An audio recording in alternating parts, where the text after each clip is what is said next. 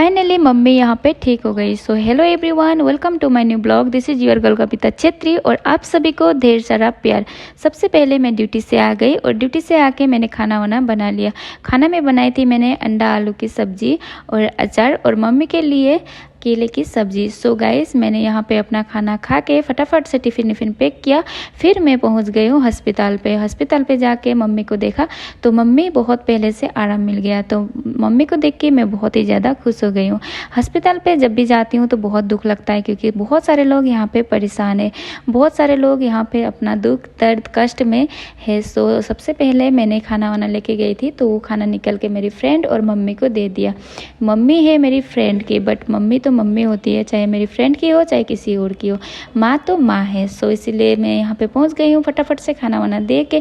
फिर वो दिखा रही है सब्जी क्या खा रही है, बल्कि अंडा की सब्जी था तो वही सब्जी मैंने बनाई थी और मम्मी को केले की सब्जी के साथ चावल थोड़ा सा दी थी। गाइस, हमारे असम में तो ज़्यादातर चावल ही खाते हैं हम लोग, रोटी वोटी का कोई सिस्टम नहीं है।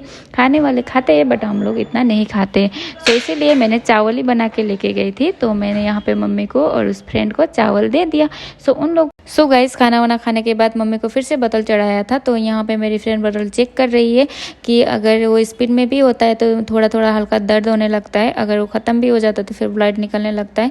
सो इसीलिए बीच बीच में उसको चेक करना पड़ता है। तो अभी के लिए मेरी फ्रेंड ही नर्स बन रही है, सो इसीलिए वो चेक कर रही थी क्योंकि नर्स ने आके मेरी फ्रेंड को बता दिया था ऐसे ऐसे होता है तो तुम देखती रहना। सो यहाँ पे इसीलिए चेक किया उसने।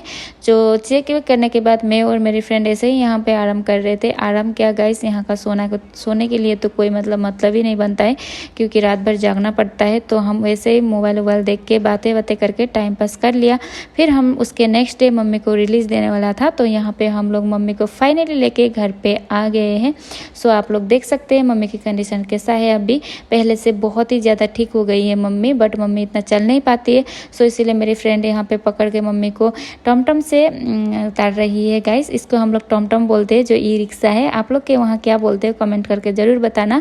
सो फाइनली जब मम्मी घर पे आ जाती है तो बहुत ही ज़्यादा खुश हो जाती हूँ मैं, क्योंकि मम्मी के साथ मेरा अलग ही टाइम स्पेंड होता है। मम्मी के साथ डांस वांस करती रहती हूँ, टाइम पास मेरा अच्छा होता है। तो मैं यहाँ पे मम्मी को पकड़ के अभी मैं मम्मी को लेके जा रही हूँ अंदर रूम पे। सो मेरी फ्रेंड को वहाँ पे बहुत सारा सामान है तो वो सामान लेके आ रही है पीछे से।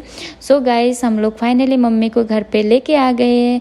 अगर कोई बीमार रहते और ठीक होके जब घर आ जाते हैं ना गाइस तो अलग ही लेवल का फीलिंग्स होता है। सो घर पे आके सबसे पहले हम लोगों ने ब्रश किया। मेरी फ्रेंड यहाँ पे ब्रश कर रही है, वो भी डांस कर करके।